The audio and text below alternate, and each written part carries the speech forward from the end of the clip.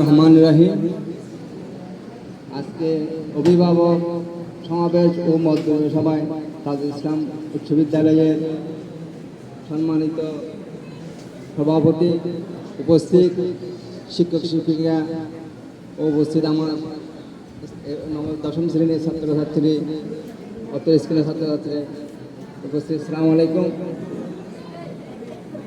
আজকে যে সমাবেশ অভিভাবক, আমি আজকের শিক্ষকদেরকে, প্রধান শিক্ষক এবং সব শিক্ষককে আমি ধন্যবাদ জানাই যে এরকম একটা প্রোগ্রাম করাতে। এখানে বিষয় হচ্ছে যে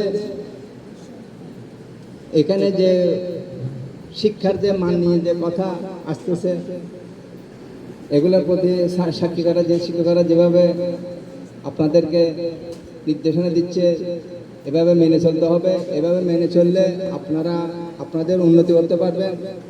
রেজাল্ট ভালো হলে সব কিছু ভালো হবে, সব জায়গায় ভালো হবে। আর আমি এখানে একটু প্রধান শিক্ষকের ভারপ্রাপ্ত প্রধান শিক্ষকের দৃষ্টি আকর্ষণ করে আমি দুই একটা কথা বলবো। এটা হচ্ছে বিবিধ আলো থেকে।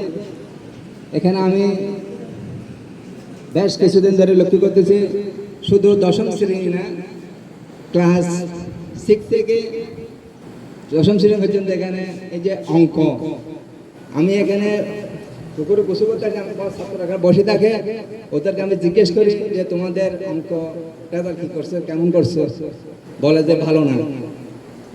তারপর ইংরেজি কেমন করছো, যে ভালো না। এটা হওয়ার কারণটা কি, বা এখানে কোনো ইংরেজি শিক্ষক যিনি আছে উনি কোনো বৈষম্য সৃষ্টি করতেছে কিনা, বা অঙ্ক টিচার যিনি কিনা আছে ওনার কাছে প্রাইভেট কলেজে যে আমার নাম্বার পাবে, ইংলিশ টিচারের কাছে প্রাইভেট কলেজে নাম্বার পাবে, এরকম কোনো বৈষম্য সৃষ্টি হচ্ছে কিনা, এটা আপনি একটু দেখতে হবে আপনাকে। আর আরেকটা বিষয় হচ্ছে যে এখানে শিক্ষণীয় আরো কিছু বিষয় আছে, যে আমি যে সিডিটা পাইছি, সিডির মধ্যে আমার উপর কোনো নাম টাম লাগা নাই। যাও, এটা একটা শিক্ষণীয় বিষয়।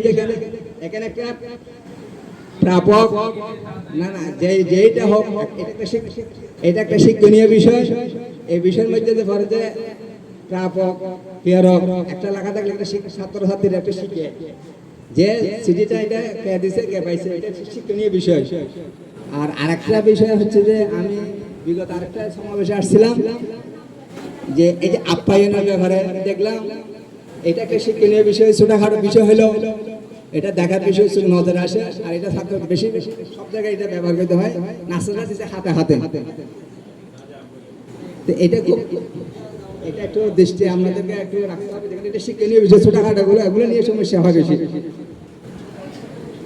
তাই আপনারা একটু এটা খেয়াল রাখবেন। এই আশা ব্যক্ত করে আমি আমার সংক্ষিপ্ত বক্তব্য। আসসালামু আলাইকুম।